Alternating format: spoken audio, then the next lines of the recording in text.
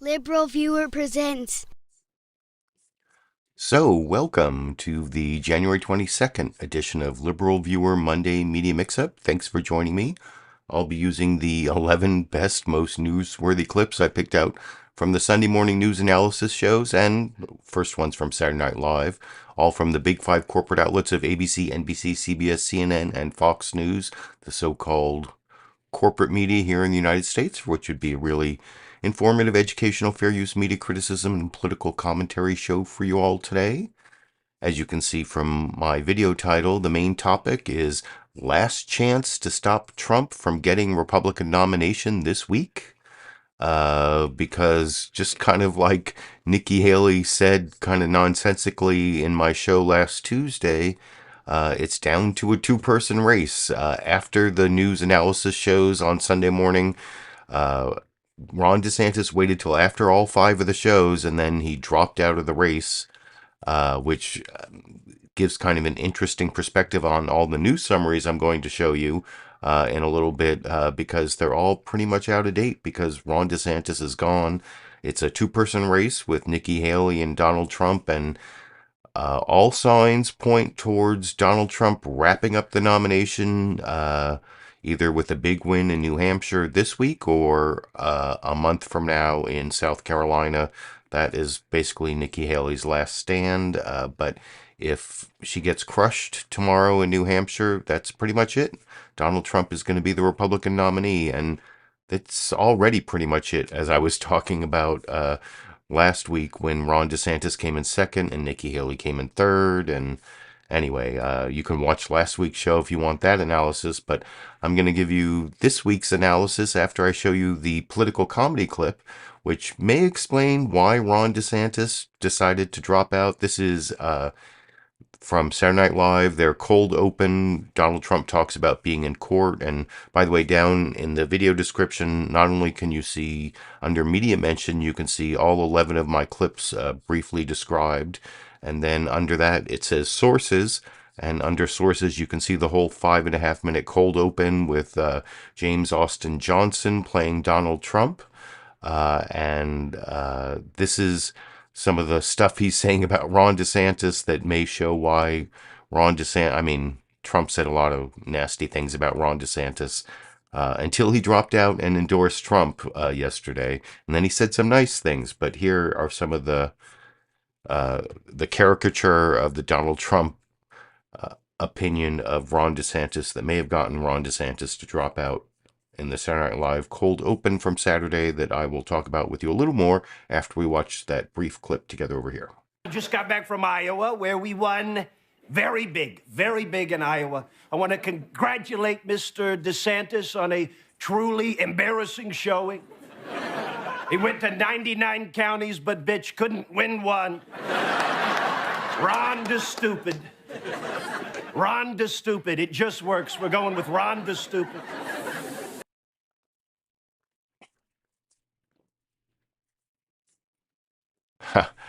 Yeah, so he had never even said Ron DeStupid. Ron DeStupid might have been better than Ron DeSanctimonious. Or I saw someone was going with the Meatball Ron nickname in the live comments there. But anyway, Ron DeSantis was getting pummeled by Donald Trump, and he really had no path towards ever winning any state, as I was talking about last week. And so he, I guess, made the smart decision to drop out and endorse Donald Trump. Smart if you're, like a right-wing MAGA Republican anyway, but I thought that was a pretty good caricature of Donald Trump. I've talked many times about James Austin Johnson actually being a much more technically correct mimic of Donald Trump, but somehow not getting the energy of Donald Trump that Alec Baldwin got, although I guess Alec Baldwin's legal troubles, or I don't know if that's why he stopped playing Donald Trump or on Saturday Night Live, or so many questions I have just about that brief 23-second clip I showed. But You can let me know what you think in the comment section. And now I'm going to get to the news summaries, longest to shortest. And actually, they're extra long this week because they spent a lot of time analyzing the New Hampshire primary, assuming that it was a 3-person race. And that's why I think this series of corporate news clips is especially interesting, because they spent almost 9 minutes in this first clip. I'm going to show you both Martha Raddatz, the host of ABC's This Week with George Stephanopoulos, then their reporter Rachel Scott, then their pollster guy Rick Klein, and all together they spend a lot of time talking about a situation that was totally out of date, like 3 hours after this aired. And I'll talk about that a little more after we watch this full 8 minutes and 40 seconds of like mostly irrelevant news together over here. Good morning and welcome to This Week. We are now less than 48 hours from the first votes being cast in New Hampshire as former President Donald Trump looks to build on his commanding lead in the GOP race. Trump is feeding off his huge win in Iowa, where he beat his distant rivals by 30 points. And as he looks to lock down the nomination, Trump is piling on his close, hoping New Hampshire's independent streak can give her campaign new life. But it all looks to be setting up a Trump-Biden rematch that many voters on both sides seem to dread, with President Biden making his case for a second term as he struggles with low approval ratings and continuing questions about his age. We'll tackle it all this morning, and we begin in snowy, beautiful New Hampshire, where the clock is ticking down as the candidates scramble for last-minute votes across the state. And that's where ABC's Rachel Scott joins us now from Manchester. Good morning, Rachel. Martha, good morning to you. Here in New Hampshire, this is increasingly becoming a 2-person race between Donald Trump and Nikki Haley. And the final stretch, the former South Carolina governor doing something she has largely avoided doing for months, criticizing Trump. I believe that New Hampshire is going to speak very loudly and clearly. Fueled by his landslide victory in Iowa, a confident Donald Trump touching down in New Hampshire, looking to close out the GOP race fast. 2 days out from the primary, the former president taking direct aim at his closest rival, Nikki Haley. I know her very well. She's not tough enough. She's not smart enough, and she wasn't respected enough. She cannot do this job. He says if you're the nominee, then Republicans are not only going to lose the White House, but they're going to lose races up and down the ballot. Your response? I mean, Trump says things. Americans aren't stupid to just believe what he says. The reality is, who lost the House for us? Who lost the Senate? Who lost the White House? Donald Trump, Donald Trump, Donald Trump. Trump's attacks against his own former UN ambassador had turned more incendiary by the day. From mocking her birth name to falsely suggesting that Haley, an American citizen and daughter of legal immigrants, is not eligible to run for president. Those racist claims echoing birther conspiracy theories Trump once pushed against former President Barack Obama. Haley says it's just proof she's getting to Trump. I know President Trump well. That's what he does when he feels threatened. That's what he does when he feels insecure. And some Trump voters brushing off his rhetoric. I don't take that stuff really too seriously. It's kind of one part of his personality. I care more about actions than what he's saying.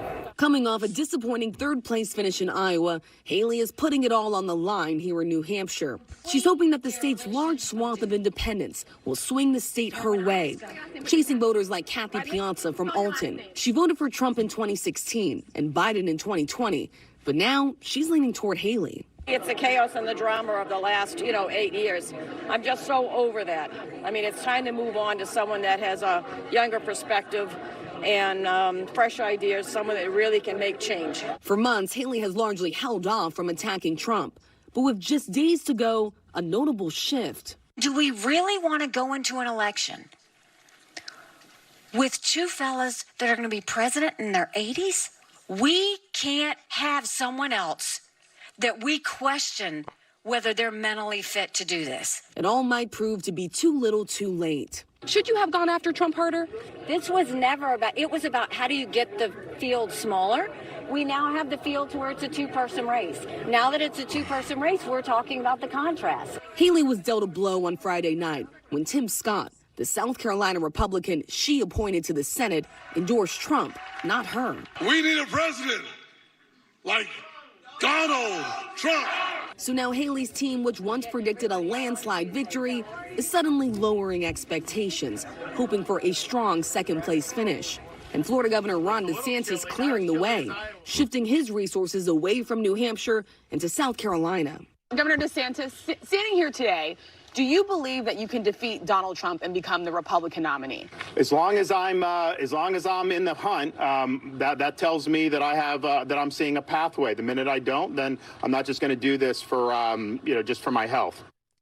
DeSantis has canceled several media interviews he had planned for today. His campaign insists it's all a scheduling issue and says that he is moving forward with his campaign events over the course of the next few days. But he is trailing in this state behind Haley, and it's unclear if he will even be here as the results are coming in on Tuesday night, Martha. Thank you so much, Rachel. Now for a look at the latest numbers coming out of New Hampshire. Political director Rick Klein is here with the breakdown. Rick, Nikki Haley seemed to be closing in on Trump in recent weeks. Is that the case still? Yeah, Martha, when Chris Christie dropped out of the race, it made a lot of people in Haley's orbit think she may actually be able to win the state of New Hampshire. And you saw things start to get really close. A wide race suddenly narrowing. There were a few polls that even had it inside single digits. But just in the last couple of days, something else changed. Vivek Ramaswamy dropping out on caucus night. And you can see here, just in the last week, Nikki Haley's numbers going up a little bit. Donald Trump's numbers going up even more than that. Right now, that race solidly into double digits, maybe more of the range of 14 or 15 points. Ron DeSantis, meanwhile, has faded in New Hampshire. He may not even get delegates out of New Hampshire if he doesn't get to 10%. And here's why these early states matter. The map and the math just gets harder for any challenger from here. Right after the New Hampshire primary on Tuesday, the next one up is Nevada. Nikki Haley isn't even competing in those contests for delegates. Then comes her home state of South Carolina, which could be hugely impactful because both Trump and DeSantis are strong there. Then you just have a couple of more scattered contests before the race essentially goes national. By March 5th, Super Tuesday, almost half of all the delegates will have been awarded. So things happen really, really fast in this race. And if you don't break through in these early states, it gets harder and harder from there. And back to New Hampshire, Republicans hoping to take down Trump really are looking to New Hampshire as their best shot to do so, given how many independent voters live there. How could those voters impact Nikki Haley's bid in the state? That's precisely right, Martha. Look, New Hampshire's just different than Iowa because independent, undeclared, people that aren't affiliated with either party, they get to actually vote in a primary if they want to. And they do tend to do that. About 40% of New Hampshire voters are independents. And get this, in 2012, when Barack Obama was running for re-election, so the Democrats didn't have a primary, 45% of the Republican primary electorate were actually these independent or undeclared party affiliation voters. Those are the kind of numbers that Nikki Haley needs. And she may need more than that and to get most of them to vote for her if she's going to be competitive against Trump. And here's one big reason why. If it's just about Republicans, Donald Trump romps. He did it in Iowa, and he does it in voter perceptions across a range of issues. We asked this question just right before the caucuses and then right after Iowa. Which candidate do you think is the best position to win in November? Before the caucuses, it was Trump. 68% of Republicans said he was the most electable candidate. Then after Iowa, 80%. So if the race is about Republicans, despite what the polls show about how competitive Nikki Haley would be against Joe Biden, Republicans really think Donald Trump's got the best shot. And on Iowa, Rick, you said Trump rocked. The voters showed us on Monday just how strong a grip he has on them and the party. Yeah, this is striking to me because it's not just that Donald Trump won by a record-shattering 30 points in the caucuses. It's how much what he has said has taken hold inside the party. This is from our entrance polls in Iowa. 2/3 of Republican voters falsely believe that Joe Biden was not legitimately elected president of the United States. And a similar margin, about 2/3, believe that Donald Trump would be fit to serve as president even if he is convicted of a crime. That means that there were voters who voted against Donald Trump last week in Iowa who still believe he would be fit to serve if he were convicted. And that, Rick, is a stunning statistic. Our thanks to Rick. Joining us now is North Dakota Governor and former 2024 candidate Doug Burgum, who has now endorsed. And I will have a clip of Doug Burgum. I didn't actually run down the clips I was going to show you of the newsmakers, but and did it seem like the audio and the video were out of sync? I almost felt like also my microphone was broadcasting during that clip. I don't know what that. I'll have to go back afterwards and figure that out. But that would be a little disturbing. But I did want to mention that Rachel Scott, the reporter there, at least, did a good job of pointing out that it was really a two-person race between Donald Trump and Nikki Haley. And you saw some sort of embarrassing clips of Ron DeSantis there, although if you stay tuned for my newsmaker clips, first I will have a clip of Nikki Haley attacking both Donald Trump and Joe Biden for being old. I see people talking about that in the live comments. And then I'll have Chris Sununu, a Nikki Haley surrogate, trying to explain why Trump is really terrible, but he's still going to vote for him if he's running against Joe Biden. Then I'll have two Trump surrogates, Tim Scott, the senator from South Carolina, and Doug Burgum. They're both Trump surrogates, talking about the way Trump is attacking Nikki Haley in kind of racist ways, and if that's a good thing, and they kind of avoid that question. And then finally, at the end, I'll have Representative Thomas Massey. Ron DeSantis, he dropped out after the Sunday shows, but he was supposed to be on 2 of the Sunday shows and didn't show up. I guess because he knew he was probably about to drop out, but he still sent his surrogate, Representative Thomas Massey, onto Fox News Sunday to give like a really embarrassing interview with the perspective, knowing that Ron DeSantis was like dropping out hours after he is doing all this stuff defending him and talking about the risk he's taking by opposing Donald Trump and the Republican Party. That is the clip to stay tuned for. That's clip 11. By the way, like I said, down in the video description, you can see summaries of all 11 clips. The next one is CNN State of the Union news summary, clip 3, where Danabash and their chief political analyst or whatever, David Chalian, talks about the same news. And let's see if they divine the dropping out of Ron DeSantis over here. Hello, I'm Dana Bash in Washington, where the State of our Union is crunching the numbers. We are 2 days from the New Hampshire primary, and here at CNN, we're getting fresh, new insight into the depth of Republican voter enthusiasm for Donald Trump as he tries to fend off a challenge by his former UN ambassador, Nikki Haley, in a state famous for primary surprises. As Haley attacked Trump over his age, last night he offered an eye-popping closing message for New Hampshire voters, praising Hungary's authoritarian leader, Viktor Orban. Some people don't like him because he's too strong. It's nice to have a strong man running your country. And arguing he deserves complete presidential immunity. You will have the rogue, we call it the rogue cop, the bad apple, and perhaps you'll have that also with president. But there's nothing you can do about that. You're going to have to give the president, you're going to have to allow a president, any president, to have immunity. Now, to be clear, that is not an unusual message from Donald Trump, and our new poll shows he is still deeply popular with many in his party. CNN political director David Chalian is at the magic wall to break it all down for us. David, what did we learn? Yeah, good morning, Dana. This brand new poll from CNN and the University of New Hampshire, just 2 days out now, shows you Donald Trump with a pretty substantial lead in this New Hampshire Republican primary. 50% of likely Republican primary voters say they're supporting Trump, to Haley's 39%, to DeSantis all the way back at 6%. And take a look how this has changed since our poll in early January before the Iowa caucuses. You see a lot of growth for Trump, from 39% support to 50% now. You also see growth for Haley. 32% to 39%. They're both benefiting perhaps from some of the candidates that dropped out. Chris Christie, lion's share of his supporters, maybe going to Haley here. Ramaswamy, a lot of his supporters going to Trump. You see the growth for both of them there. And they have very different coalitions, Dana.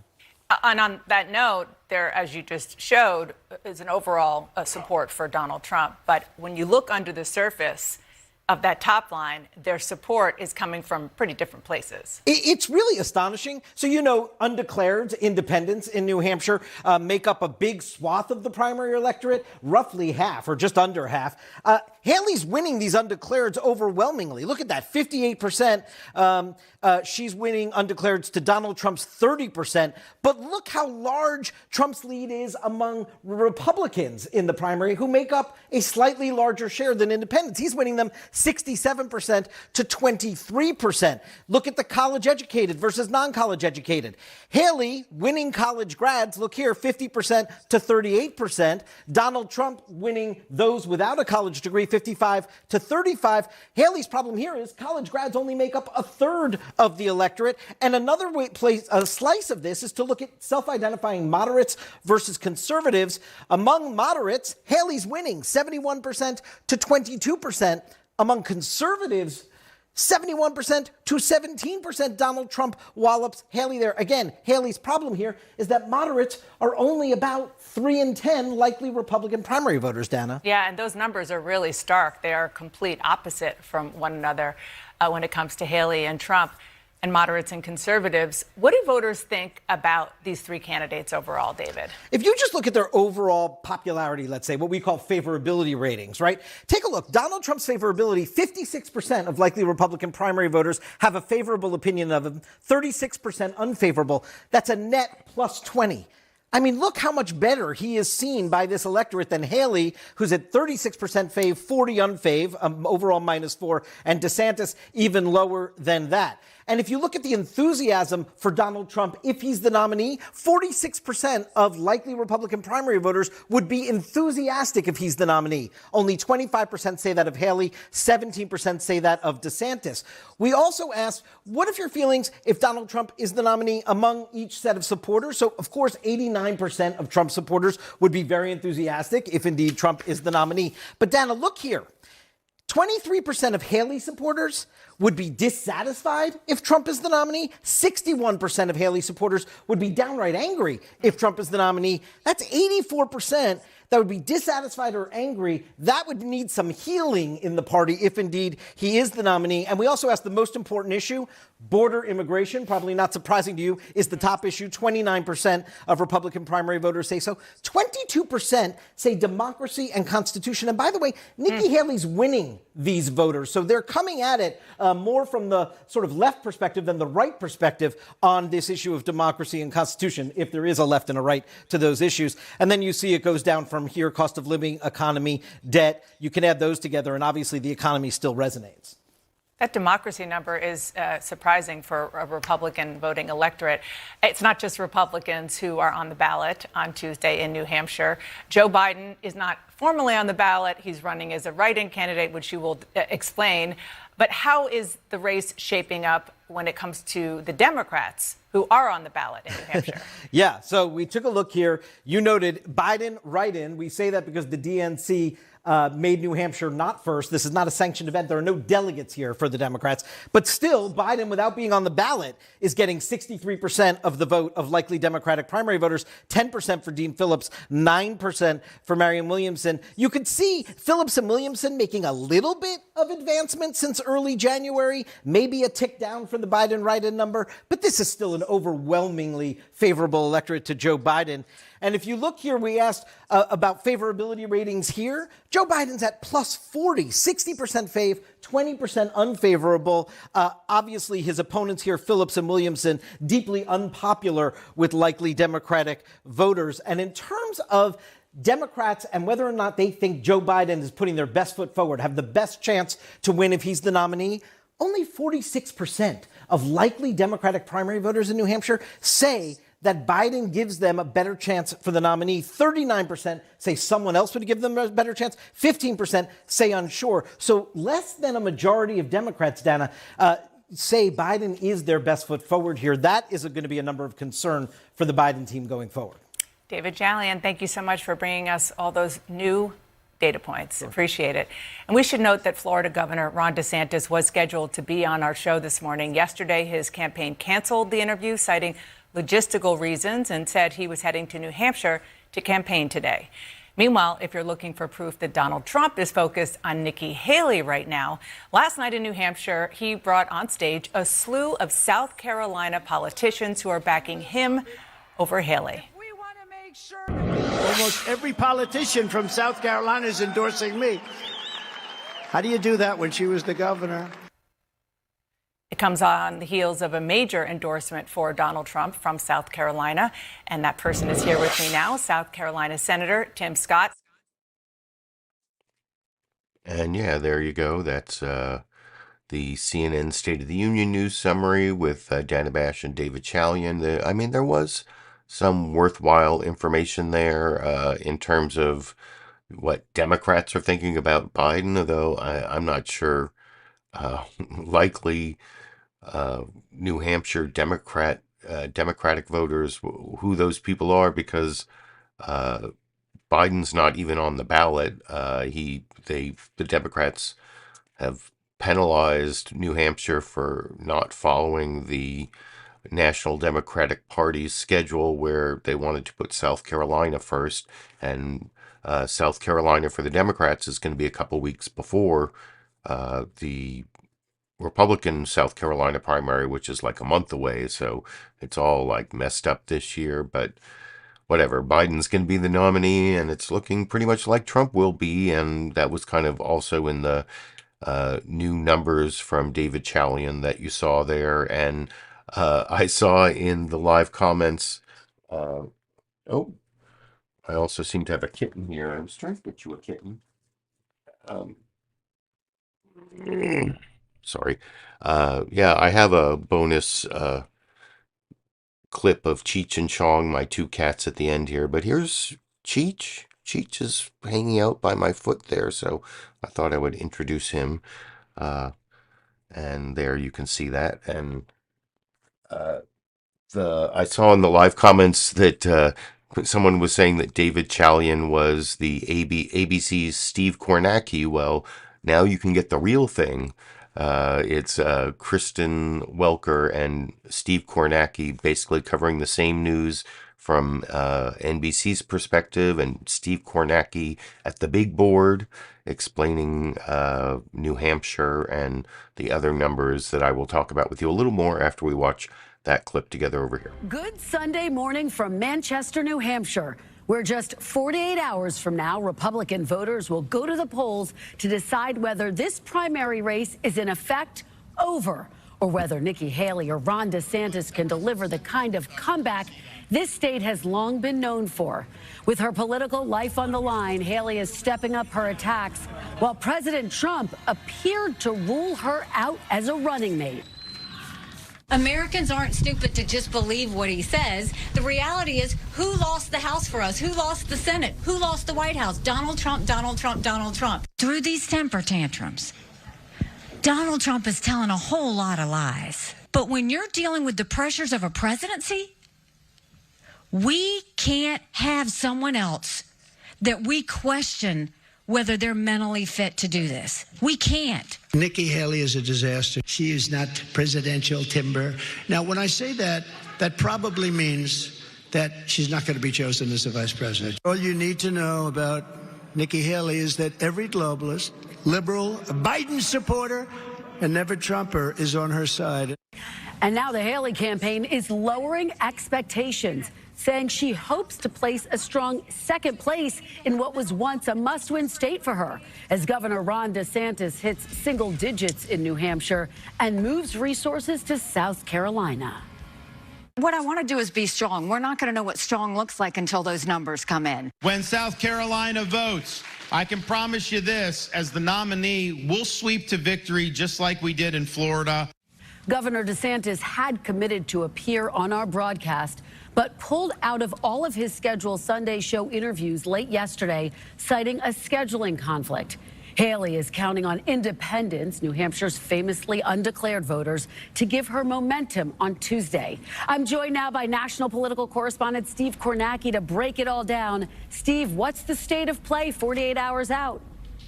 Well, Kristen, you mentioned it. New Hampshire, with those surprise late comebacks we've seen in past primaries, there's a reason that has happened in New Hampshire, and you just mentioned it too.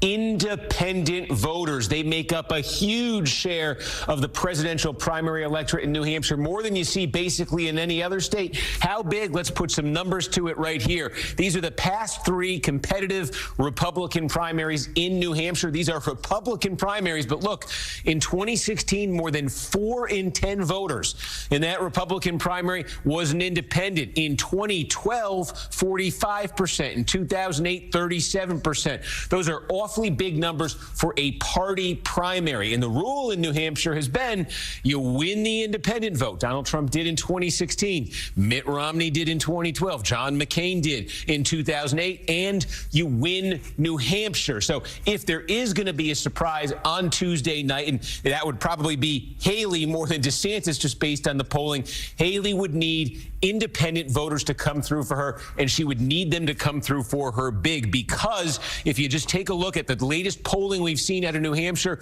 just this morning, a brand new poll from the Boston Globe, NBC 10, Suffolk, Donald Trump with a 19-point advantage over Nikki Haley in New Hampshire in this poll. Another recent poll from St. A's in New Hampshire, a 14-point lead for Trump over Haley. So she is now 48 hours away, facing what looks like a double-digit deficit in New Hampshire. But those independents do loom as the wild card, because as you can see here in both of these polls, Haley is doing much better with the independent voters than she is overall. So the formula for Haley obviously is two-part here. Number one, she wants a big independent turnout. We showed you 45% back in 2012. She wants something along those lines in the Republican primary on Tuesday. But second of all, while she's doing well with independents in these polls, she's got to do a lot better, because when you talk about core Republican voters, all the polls show they are disproportionately with Trump. So Haley, with the large independent voter population there in New Hampshire,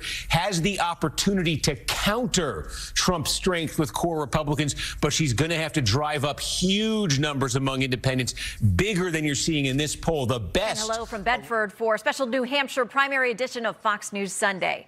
The Granite State has been where the Haley campaign has hoped to make their mark in this race. What just happened? Like, I lost my clip there. I have no idea what just happened there. I think I figured out where my feedback was coming from, but and I finally fixed that, but in the process, I seem to have deleted Steve Kornacki, which I'm sorry about that. But that means I'm going to have to restart the whole clip, and I apologize for that, but here it goes. Good Sunday morning from Manchester, New Hampshire, where just 48 hours from now, Republican voters will go to the polls to decide whether this primary race is in effect over, or whether Nikki Haley or Ron DeSantis can deliver the kind of comeback this state has long been known for. With her political life on the line, Haley is stepping up her attacks, while President Trump appeared to rule her out as a running mate.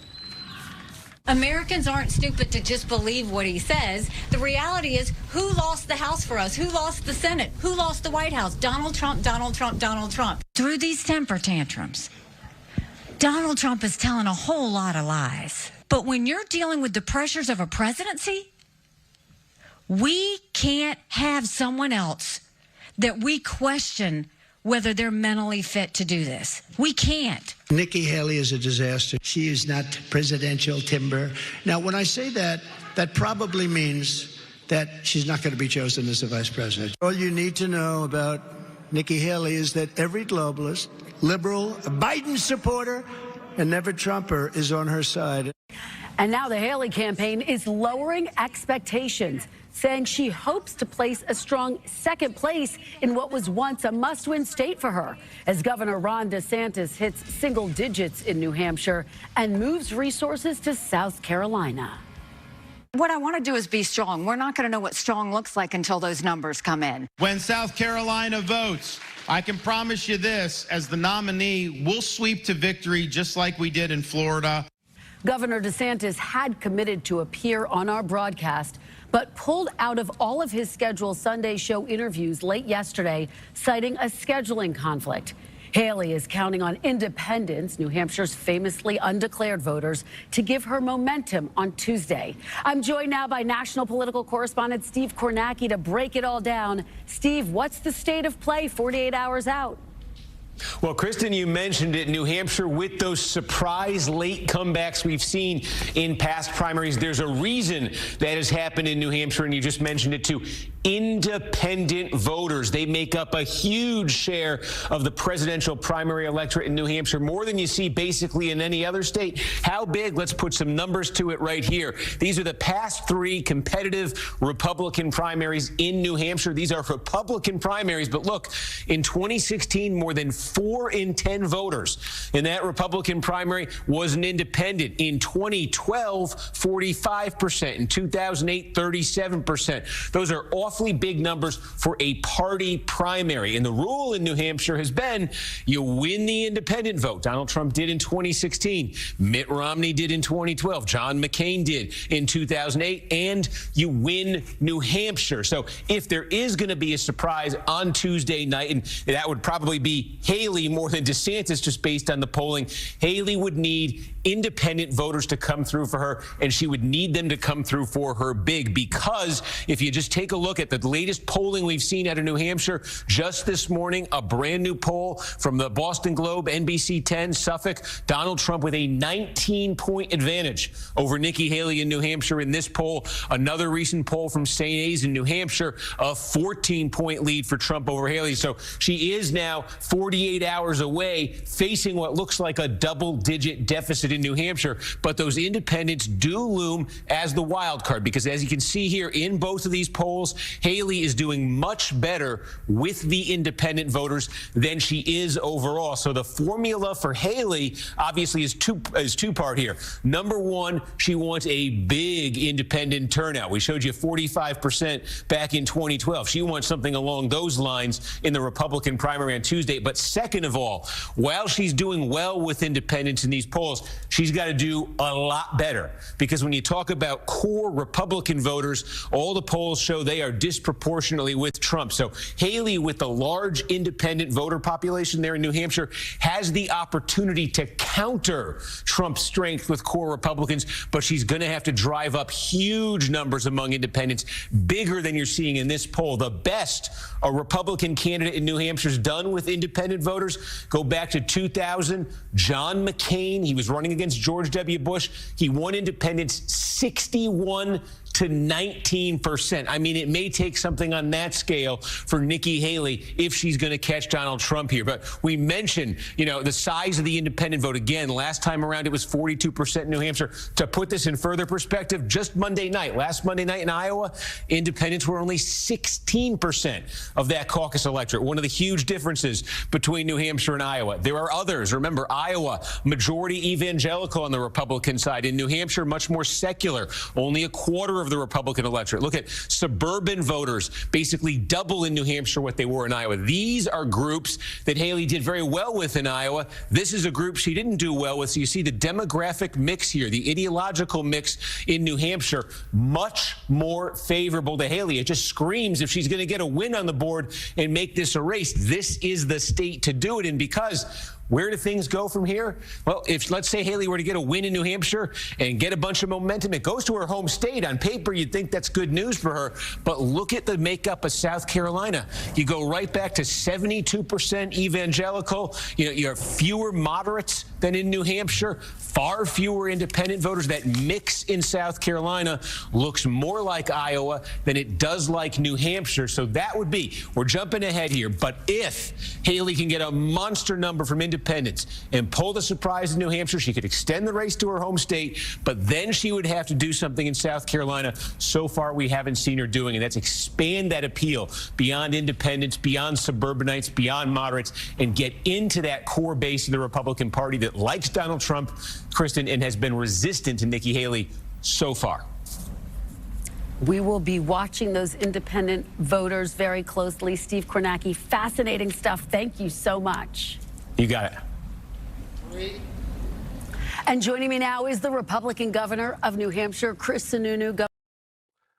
And I will have some cross-examination of Chris Sununu by Kristen Welker in clip 8. If you're following along in the brief summary of the clips I have down in the video description, I apologize that I had to play that multiple times, but I've gotten rid of the like random microphone that was like adding the noises in my room here to the clips that like there were. Did you hear that? There was also mewing. I don't know if you hear that mewing in the background, but it's kind of distracting to me. But anyway, I thought Steve Kornacki did a great job. I saw some praise of Steve Kornacki in the live comments, and David Chalian, by the way, is the CNN Steve Kornacki, as I saw in the live comments. First, I think I said ABC by mistake before I showed that clip, and that it was actually it was Doge St. Regis in the live comments, who said that he was CNN Steve Kornacki, but Steve Kornacki is there is no substitute for Steve Kornacki, right? That's one of the things we've learned in the last several years. But also, I guess you got kind of a bonus there, because I had to like re-import that clip really quickly to show it to you after it like got bizarrely deleted when I was deleting the extra microphone. I didn't have time to shrink it down. So did you notice that it was not at 75% size? It was like full size. I used to do all my clips at full size, but then CBS came after me and for copyright claims, and I changed some of the things I did because of that. But that's a whole other story, and I haven't gotten to CBS yet. The next one is that Fox News Sunday clip that I started playing by mistake when I deleted the NBC one. And of course it's more biased, but it's kind of interesting because it's Shannon Bream, and then from New Hampshire they have Alexis McAdams, and then in South Carolina they have Rich Edson, who's basically covering the Ron DeSantis campaign, and you can hear like all the denials. There's like I think something briefly about the Trump campaign claims that DeSantis canceling his media appearances means he's about to drop out, but I think that's in this one. But anyway, there's a lot of irony in Rich Edson's report, which is why I played this all the way through 2 different reporters, and I'll talk about that a little more after we watch that Fox News Sunday news summary from yesterday together over here. And hello from Bedford for a special New Hampshire primary edition of Fox News Sunday. The Granite State has been where the Haley campaign has hoped to make their mark in this race, with some recent polling showing her closing the gap with her frontrunner, former President Trump. But brand new numbers out this morning show he is widening his lead here in New Hampshire over Nikki Haley to 19 points, with Florida Governor Ron DeSantis trailing the pack at a distant third.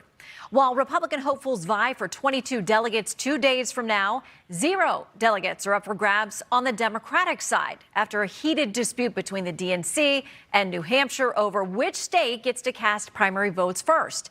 In a moment, we will be joined by a surrogate for the Trump campaign, Ohio Republican Senator J.D. Vance. But first, we have live team coverage on the ground. Fox News senior national correspondent Rich Edson in Myrtle Beach, South Carolina, where DeSantis has sent much of his staff already, and Fox correspondent Alexis McAdams in Manchester, New Hampshire. We start with Alexis. Good morning. Hi, Shannon. Good morning from Manchester, New Hampshire, where we can tell you everywhere you look, you can tell it is about to be primary time here in the Granite State. You see those campaign attack ads on the local TV stations and flyers all over town, and voters are noticing as these candidates make their final push. The final countdown is on in the Granite State.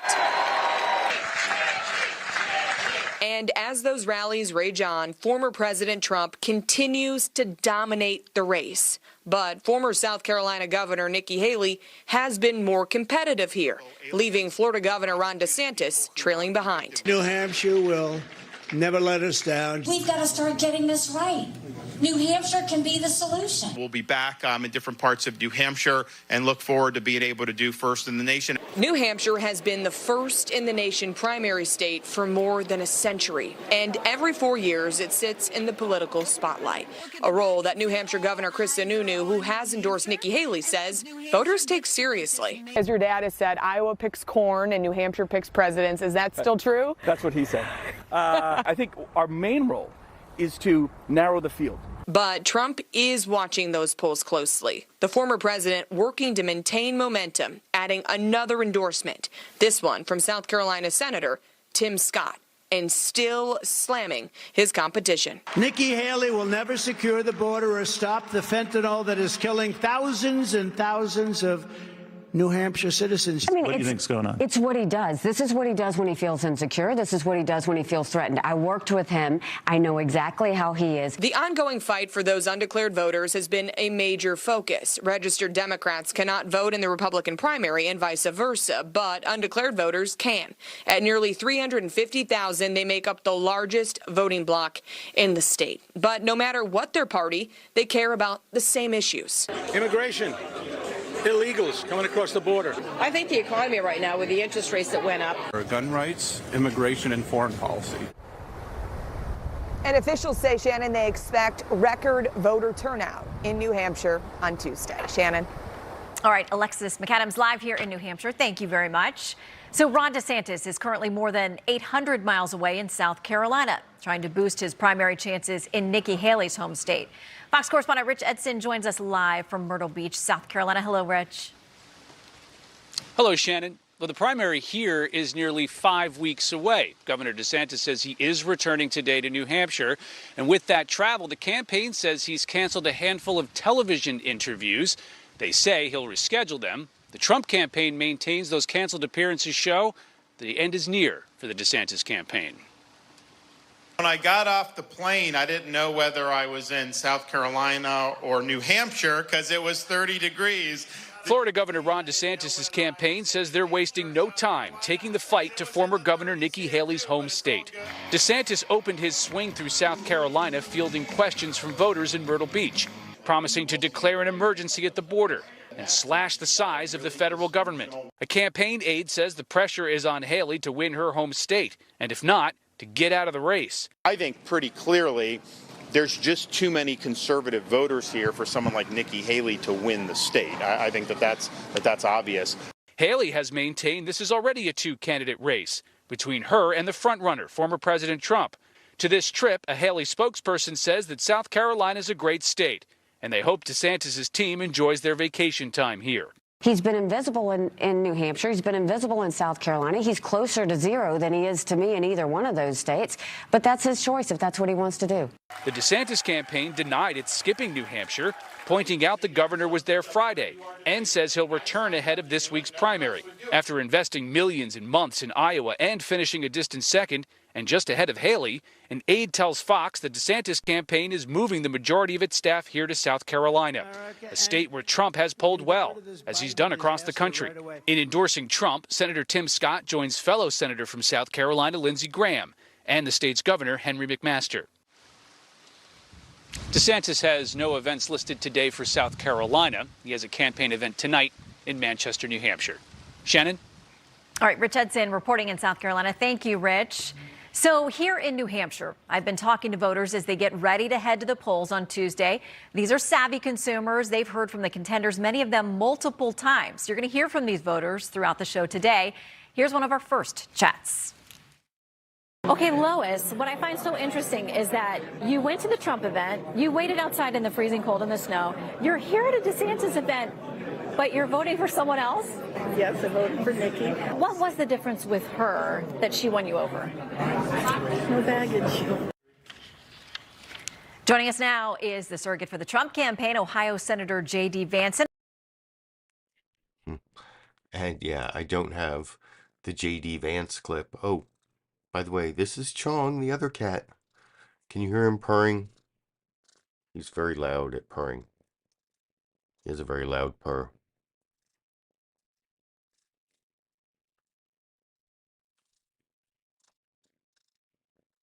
I think I got him close enough to the microphone there so you could hear his purr.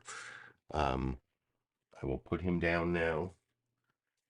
And yeah, that was the last of the news. No, there's one more news summary, but I thought that was kind of interesting that for once you got something from the Trump campaign that was actually true. They were saying that Ron DeSantis canceling his appearances on Meet the Press and State of the Union was a sign he was about to drop out. And guess what? He did drop out. So Trump campaign said something that was true. And it was reported there by Rich Edson, who also showed some of the embarrassing last death throes of the Ron DeSantis campaign. And then the final news summary is really brief. It's just Margaret Brennan saying New Hampshire's about to happen and it's the last chance to stop Trump, and then Nikki Haley. And then I'll have a clip of Nikki Haley after that from Margaret Brennan's interview. But first, here's the beginning of the program from Margaret Brennan, CBS News' Face the Nation yesterday over here. Good morning and welcome to Face the Nation. The New Hampshire primary is just 2 days away. Can anyone stop the Trump steamroll towards the Republican nomination? We go now to former UN Ambassador Nikki Haley, who is hoping to be the one to stop him. She's on the campaign trail in Derry, New Hampshire. Good morning to you. And yeah, so that was the whole news summary there for all 20 seconds of it from Margaret Brennan at the beginning. And then I'm going to show you, like I said, first Nikki Haley, a clip of Nikki Haley with her sharpest attacks on Donald Trump, but really not sharp enough. That's why she has no chance of winning, as I've been saying for the last few weeks. And then her surrogate, Kristen Welker, over on Meet the Press, also showing why they can't really attack Trump, so they can't win. Then I'll have a couple Trump surrogates, Tim Scott on CNN's State of the Union and Doug Burgum on ABC's This Week with George Stephanopoulos. And then finally at the end, I will have the Fox News Sunday interview with Representative Thomas Massie as a DeSantis surrogate, just maybe 3 hours before DeSantis dropped out, like totally sticking his neck out in a way that is totally embarrassing. So you can stay tuned for that clip 11 before my bonus Cheech and Chong clip at the end. But anyway, here is Nikki Haley making her sharpest attacks, not very sharp, on Donald Trump in response to questions from Margaret Brennan on CBS News' Face the Nation yesterday over here. Former President Trump on Friday repeatedly and wrongly said that you were in charge of the January 6th security response at the Capitol, and he said your name 4 times. I want to play this for our viewers. They never report the crowd on January 6th. You know, Nikki Haley, you know, did you know they destroyed all of the information, all of the evidence, everything, deleted and destroyed all of it, because of lots of things, like Nikki Haley is in charge of security. It's unclear what he's talking about as being deleted, but you said yesterday hearing this made you question Donald Trump's mental fitness. Is that the first time you questioned his mental fitness? If you look recently, there have been multiple things. I mean, he claimed that Joe Biden was going to get us into World War II. I'm assuming he meant World War III. He said that he ran against President Obama. He never ran against President Obama. He says that I'm the one that kept security from the Capitol on January 6th. I was nowhere near the Capitol on January 6th. But, Margaret, you don't be surprised if you have someone that's 80 in office. Their mental stability is going to continue to decline. That's just human nature. We know that. What I'm saying is, first of all, you're talking about somebody who's only going to be in office 4 years. Secondly, you're talking about someone who continues to, I mean, look, I don't know if he was confused. I don't know what happened, but it should be enough to send us a warning sign that if you look Joe Biden, he's very different than he was 2 years ago. Are we really going to go into a situation where we have wars around the world and we're trying to prevent war, and we're going to have someone who we can or can't be sure that they're going to get confused? It's a real issue. That's not being disrespectful. It's just a fact. Why do you think Trump's voters care about that? And when you worked in his cabinet, did you ever question his mental fitness? When I worked in his cabinet, I called him out if he was doing something wrong. I mean, I would show up, I'd pick up the phone and say, you can't do this. Instead, you could do X, Y, or Z. You know, so I always told him what I thought was in the best interest of the country when I was in his cabinet. But this is different. I mean, we're seeing he's just not at the same level he was at 2016. I think we're seeing some of that decline. But more than that, what I'll say is focus on the fact that no matter what it is, chaos follows him. Rightly or wrongly, chaos follows him. Does he cause it? And America's tired. In some cases, he causes it. In some cases, he doesn't. But regardless, he's like a magnet to it. And so what happens is that puts the rest of America in chaos. And people are tired. And they're worried. I want to ask you about an ad that...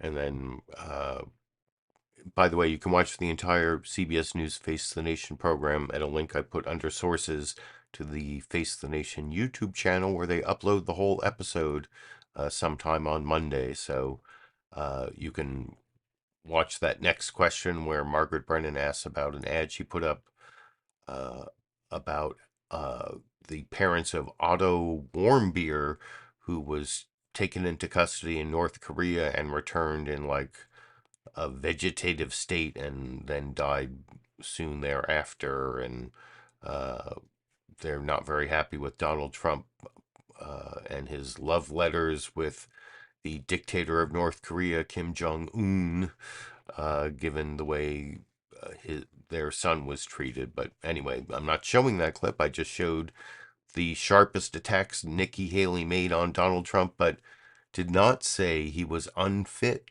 for office, even though Margaret Brennan gave her every opportunity. And that's important because remember when Chris Christie dropped out, he did not endorse Nikki Haley. And one of the complaints he had about Nikki Haley is that she wouldn't say Donald Trump was unfit for office. And Chris Christie had like 10% of the vote or something in New Hampshire. His voters will mostly go to Nikki Haley anyway, I would assume, but probably more enthusiastically if she had said Trump was unfit, which she wouldn't say.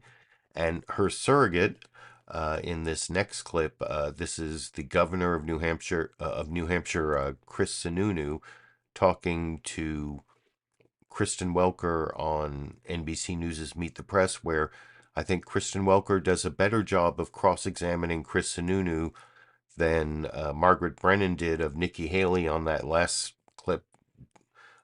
Maybe some more cross-examination on the unfitness issue I think would have been warranted. But here Kristen Welker keeps pointing out to Chris Sununu, you know, you're saying all these terrible things about Trump, but you're still going to vote for him if he ends up being the Republican nominee. And he has he dodges it by saying, well, you know, most Republicans are going to vote for the Republican nominee, or most Americans say they're going to vote for Donald Trump if the election were today, but never justifying why he himself is voting for Donald Trump, despite some fairly valiant efforts by Kristen Welker in the clip I'll talk about with you a little more after we watch it together over here. Let's talk about what Nikki Haley's saying. She's really stepped up her rhetoric against former President Trump, who seemed at a rally to confuse Nikki Haley with the former House Speaker, Nancy Pelosi. I want to play that clip, get your reaction on the other side.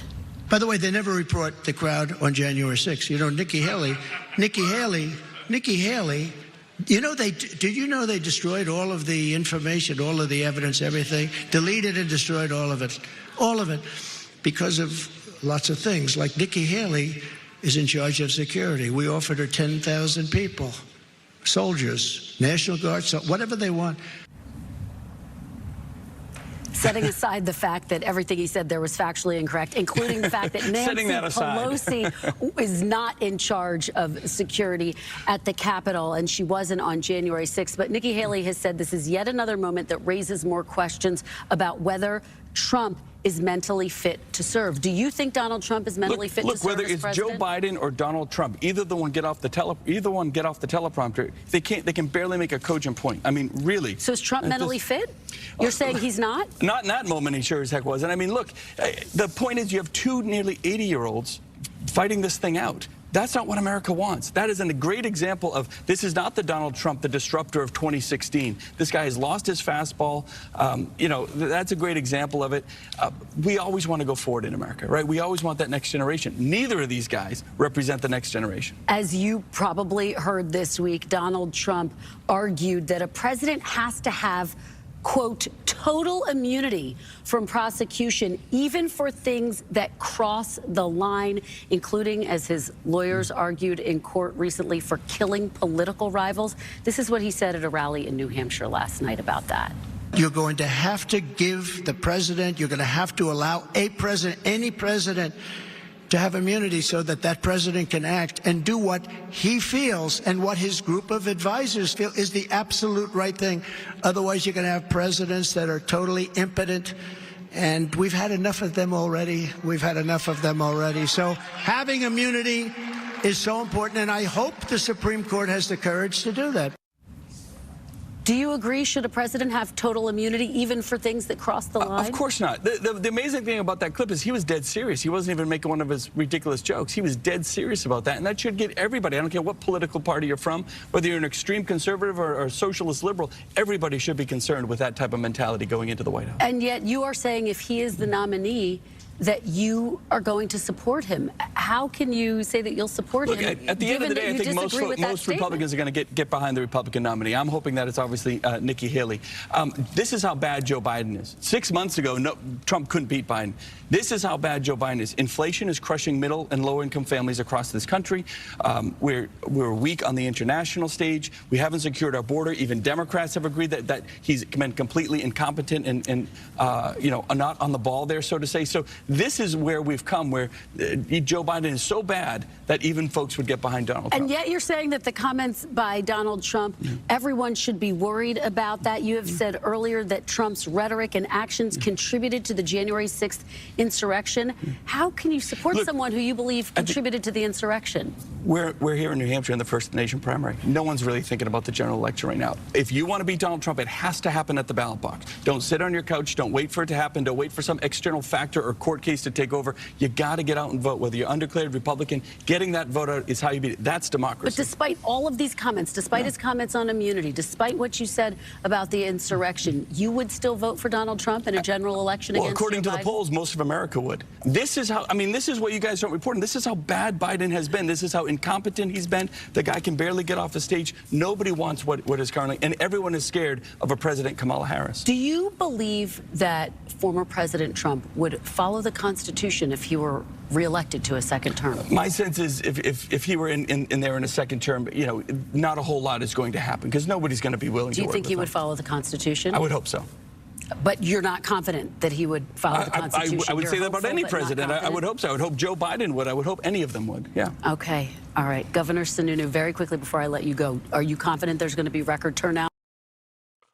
Yeah, and then Kristen Welker pivots to her final question on turnout. By the way, down in the video description under sources, I put a link on the NBC News YouTube channel to that entire Meet the Press program, which they upload sometime on Sunday on the NBC News. Well, I don't think it showed up till today, but this time. But you can watch that whole program if you want to see how Chris Sununu answers that next question. But that was a lot of dodging from Chris Sununu and even from Nikki Haley. Nikki Haley wouldn't say Trump was unfit. Chris Sununu wouldn't explain why, after all the negative things he's saying about Trump, he's still going to vote for him. That's how bad Biden is. That's how bad Biden is. But, you know, Biden ain't that bad. Or, you know, I watch a lot of news. I think former President Donald Trump, it makes a lot more mistakes like the Nikki Haley, Nancy Pelosi or mistake, or saying that Joe Biden is going to start World War II, or like thinking Obama's still president and like multiple I'm being mewed at. But anyway, so maybe I'm talking too much. I'm sorry, Chong, if I'm talking too much, because I don't know if you heard that mew, but anyway, I've shown Nikki Haley and Nikki Haley's surrogates both showing why Nikki Haley is not going to be the nominee because she never really took on Trump hard enough, even though she sharpened her attacks there, but won't say he's unfit. And Chris Sununu, her surrogate, won't say that he won't even vote for Trump. And now I'm going to show you a couple Trump surrogates not really condemning some of the nasty things he's doing, like racist attacks on Nikki Haley, mispronouncing her Indian name, and this whole birther conspiracy that she's not eligible to be president. And so I'm going to show you Tim Scott on CNN's State of the Union, then Doug Burgum on ABC's This Week with George Stephanopoulos, getting cross-examined about that. First, here's Tim Scott on CNN's State of the Union with Dana Bash talking about the racist name attacks on Nikki Haley over here. Senator, Donald Trump is launching some pretty personal attacks against Nikki Haley, who I know you've known for a very long time. He suggested she isn't eligible to be president, even though she is. She was born in your home state of South Carolina. He repeatedly mocked her given first name, Nimrata, even though she has gone by her middle name, Nikki, her whole life. Are you comfortable with that kind of rhetoric from the president, the former president? Well, I'm watching rhetoric on all sides of the issues facing becoming president. What I mean by that is the rhetoric from Joe Biden is terrible, but it's salacious. Nikki Haley questions whether 70-year-olds should be allowed to run for president. I think there is so much negativity and toxicity in this aim to becoming president again or for the first time that we should be very clear and look at both sides of the comments made. What I can tell you, the average voter is more interested in their future and their kids than they are the comments being thrown around by political candidates. Would you rather that the man you endorse not use terms like Nimrata, names like Nimrata, seeming to try to make a point to his supporters? Well, I would like for all politicians to comport themselves in a way that is consistent with the highest office. Mm-hmm. On the campaign trail, people say things, and interestingly enough, then after the campaigns are over, everybody unites. What we need in the Republican Party is to start uniting behind one candidate. That candidate is only going to be Donald Trump. So when we're thinking about what's next, it shouldn't be attacks against each other. We should turn our attention to Joe Biden and to the American people and what they want. They want a better future. They want another American century. They want hundreds of thousands of good paying jobs across this nation. When we start talking about the principles that undergird human flourishing and what makes America the most exceptional country on the planet, then we're having a conversation. That won't happen until we get to the general election. That should start right now. Senator, So, yeah, there you see Senator Tim Scott, who was actually appointed to the Senate by Nikki Haley when she was governor of South Carolina, and now has endorsed Trump, making him really disloyal to Nikki Haley under like the Trump terms of loyalty. Won't even specifically attack Trump or criticize Trump for these like racist birther conspiracies about Nikki Haley, or like using her Indian name, like I was saying before the clip. And he uses this like bogus dodge. I don't think any politicians should attack any politicians, or anyone should be racist when like, well, what about this racist thing Trump said about Nikki Haley, who originally appointed you to the Senate? Nobody should be racist, and no politicians should be attacking other politicians, and all politicians attack other politicians. So what was the question? That's like, well, whatever. Tim Scott is a right-wing tool of Donald Trump, apparently, and trying to be Trump's choice for vice president. I don't know. That was a later question that he was asked on State of the Union by Dana Bash. But The next clip I want to show is the final Trump surrogate, Doug Burgum, on ABC's This Week with George Stephanopoulos, in a similar way, trying to dodge all the negative stuff that Trump is doing. And you can decide whether you think Martha Raddatz does a better job than Dana Bash in the last clip with the cross-examination, which I will talk about with you a little more after we watch that clip together over here. I want to talk about New Hampshire. It's just days away. Donald Trump has taken to referring to his opponent, Nikki Haley, by her given name, a mangled version of that, Nimrata, the kind of thing he did with Barack Obama, using his middle name, Hussein. He's also reposted false conspiracy theories saying she is not eligible to run for president because her Indian immigrant parents were not yet American citizens. She was born in South Carolina. Why do you think he is doing this? Well, all I know is that I believe this election, the primary election, is going to be over after Tuesday. President Trump is leading in all 50 states. No, please answer the question, I think sir. it's the time. Answer the question about why you think Donald Trump is doing that. I think it's politics. Joe Biden launched his campaign a couple weeks ago with a set of personal attacks on President Trump. He talked about President Trump. He talked about the lawfare that they're mobilizing to try to slow him down as a candidacy. He didn't talk about inflation. He didn't talk about violent crime in our cities. He didn't talk about the open border where we've had a massive invasion, and now we've had more fentanyl deaths than 4 Vietnams in our country under Joe Biden the last 3 years. No, he talked about attacking his opponent. That's politics around the world, and it's politics in America. So do you think that's the kind of politics that Donald Trump is using, going after Nikki Haley's heritage, that will bring a country together?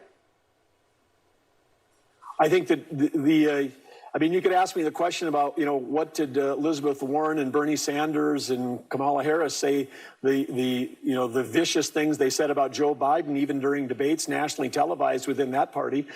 This is all in the norm inside for politics in our country. But once we agree as parties, we get behind candidates. The Democrats got behind Biden in 2020. I'm confident the Republicans are going to get behind President Trump because they're concerned about the direction that the world is going and the direction the United States is going. I just wanted to say something quickly here. The campaign has made a huge issue of 81-year-old President Biden's age and mental acuity. But take a listen here to this clip of Donald Trump, the 77-year-old, when he confuses Nikki Haley and Nancy Pelosi. They never report the crowd on January 6th. Nikki Haley, did you know they destroyed all of the information, all of the evidence, everything, deleted and destroyed all of it, because of lots of things. Like Nikki Haley is in charge of security. We offered her 10,000 people. Your reaction to that? Well, I've been on the campaign trail, and I know when you're going around the clock, it's possible to use words that don't fit in sentences. But I would say, having been with the president last week in Iowa and in New Hampshire and watching him go for 20 hours a day, I know that he's got the strength, he's got the experience to lead. And I think that if we're going to have, the gaff tape, run that this morning on Joe Biden, there wouldn't be enough time on this show. So I think it's again, this is the choice that America is going to have. And right now, focusing on the policies on the economy, energy, national security, the world was safer and more prosperous under President Trump. And right now, the appeasement of Joe Biden, this looks like Neville Chamberlain time, where the appeasement with Iran, funding Iran, the terrorism that's being funded by the Biden administration is putting Americans at risk around the world. And it's whether it's started with the failed withdrawal from Afghanistan, which you're familiar with, or our failed sanctions against Russia. We've turned Russia into China's discount gas station. And now, Russia was the largest supplier of energy to China. And China's importing 10 million barrels of oil a day. They're the most dependent country in the world on energy. And then here we are with a set of energy policies that are empowering our adversaries, Iran, Venezuela, in Russia. Governor, we're just about out of time with you, but we thank you for your time this morning. So, yeah, out of time to cross-examine Doug Burgum, but he didn't really answer the question any better than Tim Scott. I don't know, do you think Martha Raddatz or Margaret Brennan did a better job of cross-examining the Trump surrogates about Trump's terrible behavior and his attacks on Nikki Haley, which are racist and reminiscent of the whole Obama birther conspiracy that Trump used to kind of catapult himself into a presidential candidate. And that was bogus. I mean, the Obama birther conspiracy is just as bogus as the Nikki Haley one, but I guess Republicans don't care. They just want some sort of vessel to pour their racism into that. I'm not racist. I just care about the constitutional requirements to be president. But, except for Section 3 of the 14th Amendment that says insurrectionists can't be president. That would be anti-democratic. But people who there's a rumor might have been born in a foreign country, they can't be on the ballot because that would be unconstitutional. Or anyway, that is I showed you Nikki Haley and her surrogate, and then two Trump surrogates, and then the final clip, a final newsmaker clip I promised you before my bonus Cheech and Chong the Kittens clip is from this poor guy, I'm not a big fan of Representative Thomas Massie. He's like a right-wing MAGA Republican who is so MAGA he actually didn't support Trump, but I bet probably by now he's endorsed Trump since Ron DeSantis endorsed Trump. But I was talking earlier about how Ron DeSantis canceled his appearances on Meet the Press and State of the Union, but he had a surrogate going out on Fox News Sunday, this guy, Representative Thomas Massie, and I don't know if he was kind or empathetic in any way. He probably would have told this guy to cancel as well, but he didn't.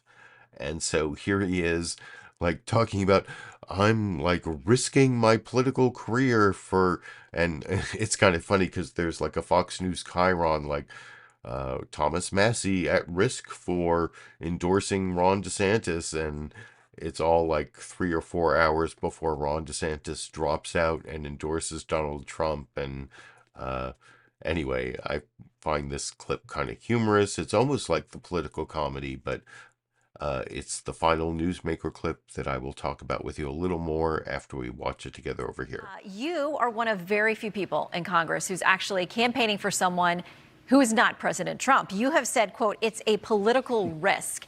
How much do you think all of those congressional endorsements, in the neighborhood of about 140 at this point, are about a fear of President Trump versus love his policies, love him, thinks he's the best candidate? What kind of price do you think you might pay if he wins? Well, I've got the Trump antibodies. He came at me for opposing the CARES Act. I was the only congressman who did. I said it was going to cause inflation, that it would cause shortages. And, oh, by the way, it funded the mail-in ballots and spent $2 trillion. Contrast that with Ron DeSantis. He called me up while everybody was hating on me, including that president, and said, I'm going to open our economy and make sure our kids go to school. Now, Trump came at me, and I won my reelection, so I'm not worried about it. But I think there are a lot of those endorsements aren't wholehearted endorsements. They're either afraid that he will get involved in their primaries, or they're afraid that if he does win, he'll be vindictive. Ron DeSantis can work with anybody, and so there's no vindication expected from him after he wins. So that's just the way it is. It's sort of bullying tactics from the former president. If he finishes third here, as he is expected to do in New Hampshire and also in South Carolina, what's the future path for him? Yeah, that's a great question. He was second in Iowa and she was third. She'll be second and he'll be third in New Hampshire.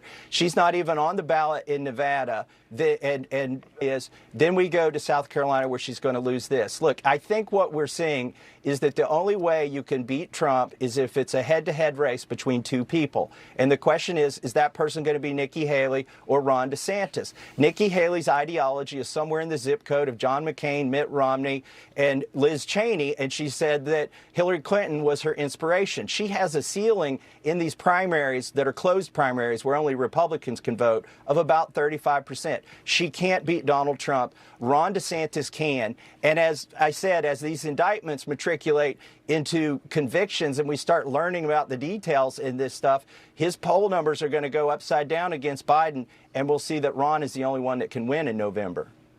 All right. Congressman Massey for the DeSantis team, thank you very much.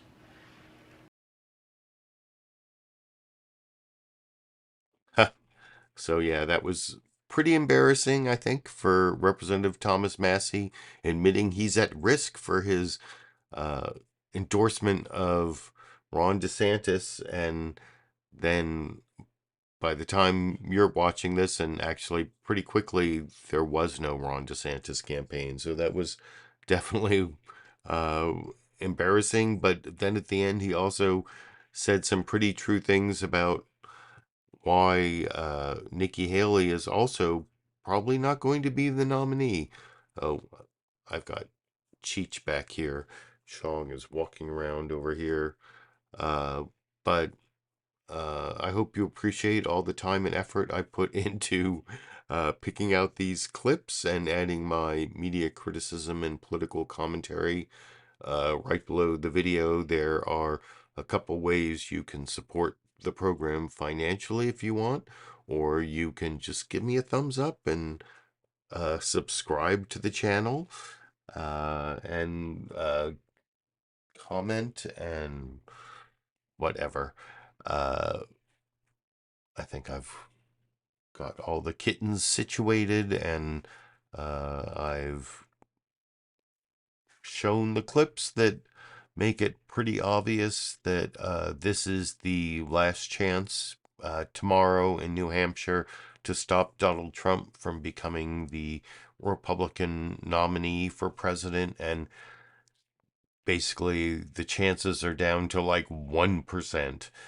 What's most likely to happen is that Trump is going to beat Nikki Haley by double digits, and she's like 30 points behind in her home state of South Carolina, and she'll either drop out before South Carolina to avoid the embarrassment of losing her home state, or she'll stay in and not have anything. I mean, pretty much I think Nikki Haley is going to drop out and Trump's going to have wrapped it up. But I don't know, maybe since it's a two-person race, she'll see there is some efficacy to staying in for another month or two and seeing if something happens. And I don't know, those are basically the two scenarios, but both of them have Trump as like the 99% likely nominee. And anyway, I will keep covering this. I've gotten now, it's January 22nd, which means I've committed to covering the Sunday morning news analysis shows on my Monday Media Mix-Up all the way through January 20th, 2025. So we're somewhere in like the last year of my live streams. And anyway, I will, however, keep doing this live stream for that final year, and I hope to see you next Monday and every Monday as we are covering either the end of democracy and the Trump inauguration on January 20th, 2025, or maybe democracy will survive. Who knows? That's why I'm going to keep doing this for another year, and I hope you'll keep joining me every Monday, and if I have some other reason to upload a video, I will do that as well. I did promise a bonus Cheech and Chong clip. This is a sort of wrestling match between Cheech and Chong I captured earlier, where Chong showed that he may end up being a camera hog because he kind of likes the camera at the end of this 20-second clip I'll end the program with over here.